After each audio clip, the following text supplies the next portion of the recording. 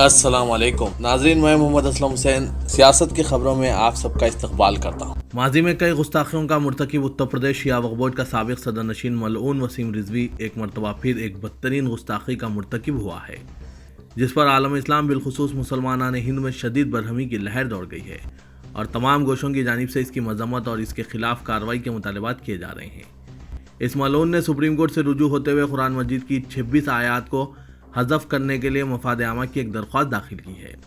اس درخواست میں اس نے کہا ہے کہ قرآن مجید کی ان آیات سے نعوذ باللہ دہشت گردی کو شے ملتی ہے۔ اس نے انتہائی گھنونی حرکت کا مظاہرہ کرتے ہوئے کہا ہے کہ دور رسالت کے بعد ابتدائی 3 خلفاء کے دور میں قرآن مجید مرتب کرتے ہوئے اس میں نعوذ باللہ اضافہ کیا گیا۔ وسیم رضوی نے اس سے قبل بھی ام المومنین حضرت عائشہ صدیقہ رضی اللہ تعالیٰ عنہا کی شان میں گستاخی کی تھی۔ محض عہدوں اور اپنے سنگی آقاؤں کو خوش کرنے کے لیے وہ وقتاً فوقتاً اس طرح کی گستاخیوں اور دل آزاری کا ارتکاب کرتا رہا ہے، جس کی وجہ سے مختلف مکاتب فکر کی جانب سے دائرہ اسلام سے خارج بھی کیا گیا ہے، لیکن اس کے باوجود ملعون وسیم رضوی اپنی روش پر قائم ہے اور اسے ایسا معلوم ہوتا ہے کہ زعفرانی کیمپ کی جانب سے کھلی چھوٹ دی گئی ہے اور مسلمانوں کے مختلف طبقات کے درمیان انتشار اور منافرت پھیلانے کے لیے مہرے کی طرح استعمال کیا جا رہا ہے۔ مسلم پرسنل لا بورڈ کے جنرل سیکریٹری مولانا ولی رحمانی نے ملعون وسیم رضوی کی گستاخی پر کہا کہ تمام مسالک کا مکمل اتفاق ہے کہ قرآن کریم اپنی اصلی نازل شدہ حالت میں موجود ہے اور تا قیامت تک رہے گا۔ قرآن کی کسی آیت میں تبدیلی یا اس کے زیر و زبر یا ایک نقطے میں بھی ترمیم کی کوئی گنجائش نہیں ہے۔ مولانا ولی رحمانی نے کہا کہ جتنے ملعونوں نے قرآن کریم پر اعتراض کرنے کی کوشش کی ہے انہیں منہ کی کھانی پڑی ہے۔ انہوں نے کہا کہ وسیم رضوی اس طرح کی بدتمیزیاں ماضی میں کرتا رہا ہے، لیکن اس بار اس نے نہ صرف قرآن کریم کے بارے میں بلکہ خلفائے راشدین حضرت سیدنا ابوبکر صدیق رضی اللہ تعالیٰ عنہ، حضرت سیدنا عمر فاروق، حضرت سیدنا عثمان ام المومنین کے بارے میں گستاخیاں کی ہے۔ مولانا نے کہا کہ مسلمانوں کے تمام مسالک، خواہ شیعہ ہوں، سنی ہوں، بہرے ہوں، دیوبندی ہوں، بریلوی ہوں، اہل حدیث ہوں یا کسی بھی مسلک سے تعلق رکھتے ہوں، وہ قرآن مجید کی آیات کو حذف کرنے کے بارے میں سوچ بھی نہیں سکتے۔ انہوں نے کہا کہ ماہرین قانون کے مشورے سے سپریم کورٹ میں داخل کرنے کے لیے ایک پٹیشن تیار کی جا رہی ہے اور اعلیٰ قانون دانوں کے مشورے پر مناسب وقت پر سپریم کورٹ میں یہ پٹیشن داخل کی جائے گی۔ پلیسز آف ورشپ ایکٹ 1991 کے نفاذ کے وقت ایودھیا مقدمہ عدالت میں زیر التوا تھا، اس لیے اسے مستثنیٰ رکھا گیا، لیکن کاشی، متھرا سمیت باقی مذہبی مقامات کے لیے کہا گیا کہ ان کی حالت نہیں بدل سکتی۔ سپریم کورٹ نے آج حکومت کو نوٹس بھیج کر سوال پوچھا ہے کہ کیا کسی شہری کو عدالت آنے سے روکا جا سکتا ہے؟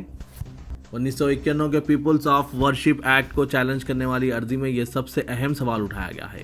یہ قانون کہتا ہے کہ ملک میں سبھی مذہبی مقامات کی حالت وہی بنائے رکھی جائے گی جو 15 اگست 1947 کو تھی۔ عرضی دہندوں اشونی اپادھیائے کا کہنا ہے کہ یہ قانون ہندو، سکھ، بدھ اور جین طبقے کو اپنے ان پاکیزہ مقامات پر دعویٰ کرنے سے روکتا ہے جن کی جگہ جبراً مسجد، درگاہ یا چرچ بنا دیے گئے تھے۔ یہ نہ صرف انصاف پانے کے حقوق کی خلاف ورزی ہے بلکہ مذہبی بنیاد پر بھی تفریق ہے۔ مہاراشٹر میں کووڈ-19 کی وجہ سے کئی جگہوں پر لاک ڈاؤن نافذ کر دیا گیا ہے اور نائٹ کرفیو بھی لگایا گیا ہے۔ مہاراشٹر کے پربھنی ضلع میں جمعے کی رات سے پیر کی صبح تک لاک ڈاؤن کر دیا گیا ہے۔ پونے میں رات 11 بجے سے صبح 6 بجے تک نائٹ کرفیو لگا دیا گیا ہے۔ ناگپور میں پیر سے لاک ڈاؤن ہوگا۔ اکولا میں جمعے کی شام سے مکمل لاک ڈاؤن کر دیا گیا ہے جو پیر کی صبح 8 بجے تک جاری رہے گا۔ ناندیڑ میں ضلع کلکٹر نے جمعے سے تحدیدات جاری کر دیے ہیں۔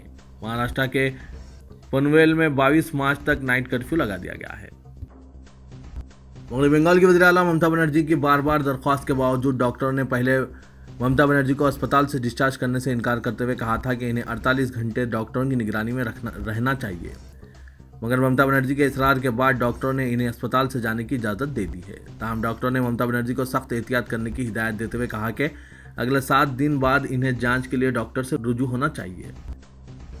ترنمول کانگریس کے ارکان پارلیمنٹ کے 6 رکنی وفد نے الیکشن کمیشن سے ملاقات کی اور چیف منسٹر ممتا بنرجی پر نندی گرام میں حملے کا مسئلہ اٹھایا۔ ممتا بنرجی نندی گرام میں انتخابی مہم چلانے کے دوران زخمی ہو گئی تھی۔ ترنمول کانگریس کے رکن پارلیمنٹ سوگت رائے نے کہا کہ غیر جانبدارانہ تحقیقات ہونی چاہیے اور الیکشن کمیشن کو اس کا فیصلہ کرنا چاہیے۔ انہوں نے کہا کہ ہم نے ممتا بنرجی پر نندی گرام میں حملے کی اعلیٰ سطح پر تحقیقات کا مطالبہ کیا۔ واقعے کے وقت وہاں پولیس موجود نہیں تھی۔ شبہ ہے کہ گہری سازش کے تحت یہ حملہ ہوا۔ بی جے پی نے بھی واقعے کی آزادانہ و منصفانہ تحقیقات کا مطالبہ کیا ہے۔ رضا اکیڈمی نے سابق شیعہ وقف بورڈ کے چیئرمین ملعون وسیم رضوی کے ذریعے قرآن مجید کی 26 آیات کو حذف کرنے کی سپریم کورٹ میں دائر کردہ پٹیشن کو چیلنج کرنے کا فیصلہ کیا ہے۔